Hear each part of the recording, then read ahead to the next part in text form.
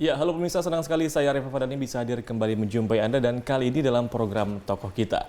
Dan tokoh kita kali ini ialah Profesor Bambang Brojonegoro yang juga merupakan Menteri Perencanaan Pembangunan Nasional ataupun juga Kepala Bappenas ataupun biasa disebut dengan Menteri Bappenas. Assalamualaikum, Prof. Ya, waalaikumsalam. Ini saya boleh panggil Prof atau Pak Bambang aja nih? Pak Bambang aja. Pak Bambang aja, ya. Baik. Ini kan ada perumpamaan Menteri Bappenas ataupun Menteri PPN. Jadi biasanya orang atau masyarakat awam lebih menyebutnya Menteri Bappenas atau Menteri PPN?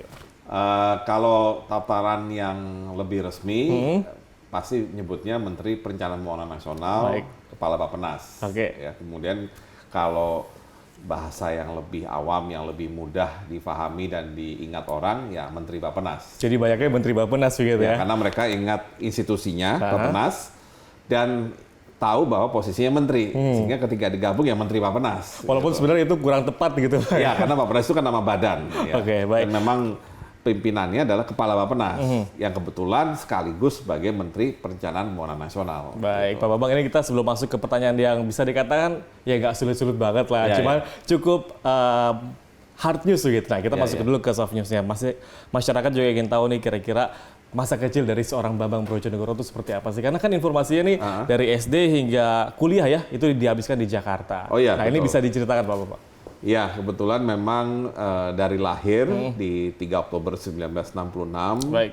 sampai lulus S1 di FEUI, itu semuanya dihabiskan di Jakarta. Ya. Dari SD Tarakanita 1, SMP, dan SMA Pangudi Luhur. Ya.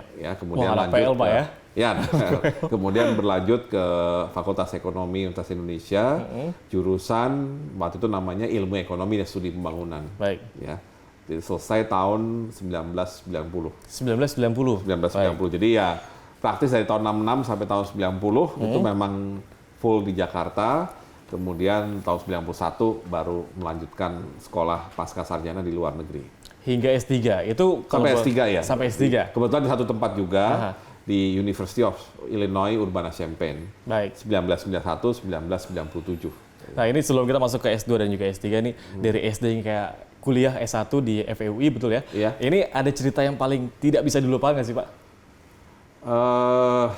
Seperti apa ya cerita dilupakan? Karena ya pertama mungkin waktu SD, ya yang pasti kebetulan ayah saya sudah meninggal itu ketika saya baru berusia 7 tahun, ya, jadi baru kelas 1 SD waktu itu. Ya tentunya itu masih ingat bahwa pada waktu itu ya ayah saya pada usia yang relatif muda sudah meninggalkan kita semua 3 bersaudara dengan ibu saya, ya sehingga praktis memang sejak kelas 1 SD ya sampai selesai kuliah ya praktis ya saya tinggal sama ibu saya saja karena kedua kakak saya pun setelah saya setelah kelas 6 SD mereka kebetulan melanjutkannya semua di Bandung di ITB. Ya sehingga yang di Jakarta memang hanya ibu saya dan saya gitu. Itu yang menarik, kalau bukan artinya sesuatu yang akan teringat terus waktu masa kecil. Waktu SMP ya berkesannya adalah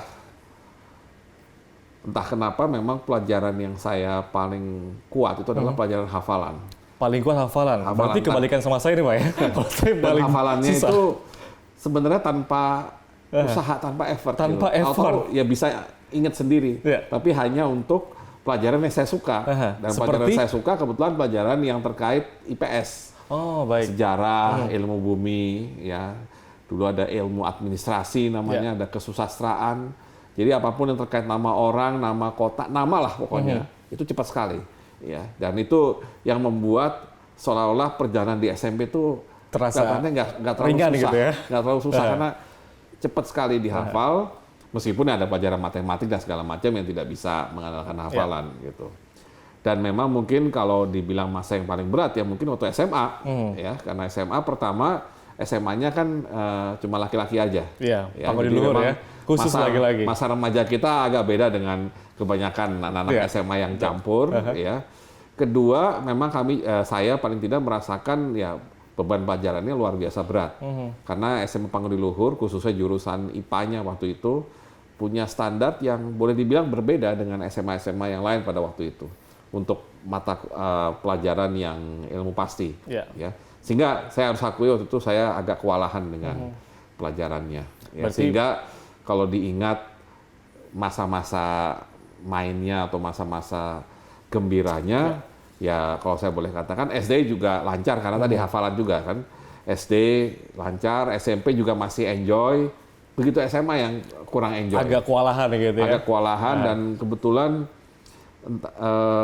SMA Pangudi Luhur itu pelajaran olahraganya cuma senam.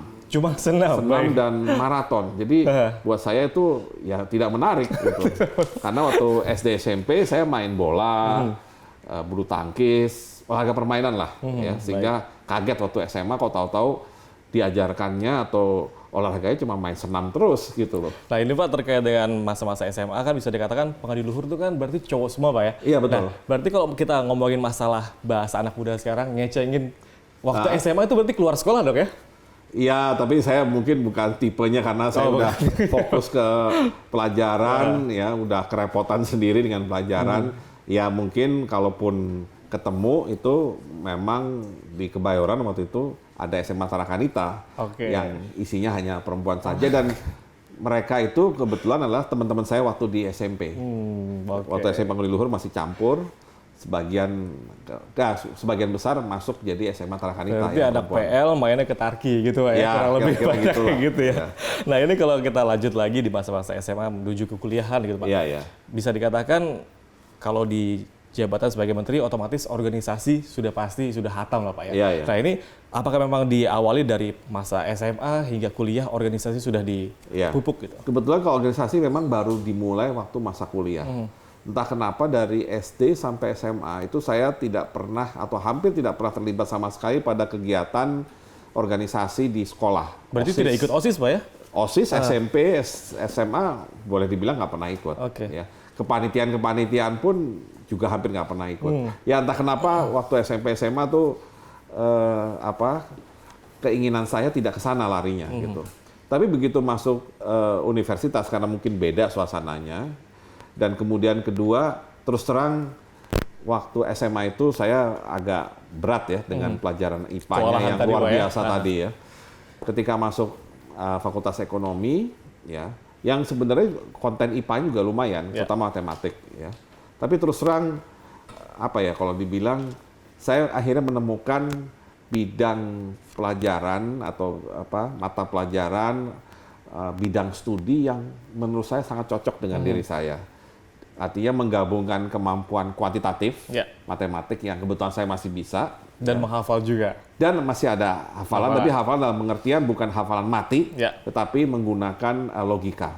Ya, jadi di situ diajarkan, ekonomi itu intinya adalah logika. Nah, dari kemampuan kita menghafal dan matematik itu ketemu.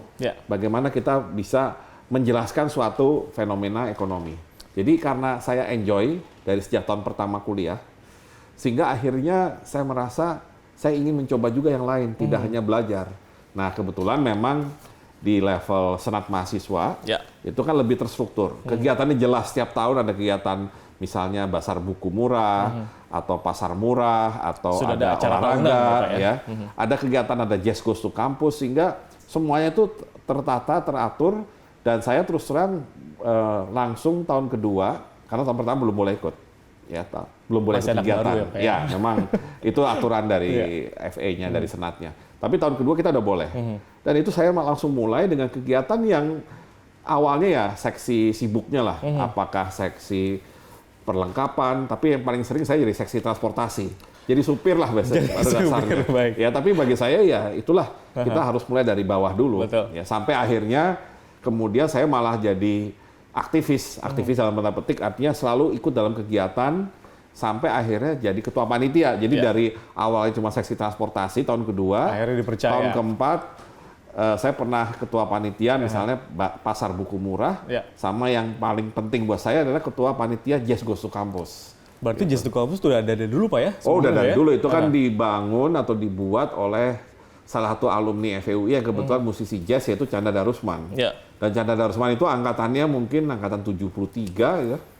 Jadi jauh sekali di atas kita. Tapi yang cukup menarik dari SD hingga SMA bisa dikatakan tidak terlalu tertarik di organisasi. Tapi mulai di perkuliahan baru tertarik. Gitu. Itu karena terstruktur tadi? Karena terstruktur dan langsung terlihat gitu. Kalau di SMA mungkin begini, di SMA itu mungkin ya kita tahu lah waktu SMA itu pergaulan kan ada kelompok-kelompokan, geng-gengan gitu. Apalagi PL Pak ya. Ya, sehingga ketika satu orang misalnya jadi ketua panitia misalnya perkemahan gitu ya, maka anggota panitianya teman-teman dia gitu loh. Betul. Dan mungkin saya ngegengnya atau bertemannya bukan dengan yang aktif di OSIS. Nah kalau di universitas beda. Universitas itu misalnya ada kegiatan katakan Jazz Goes to Campus misalnya.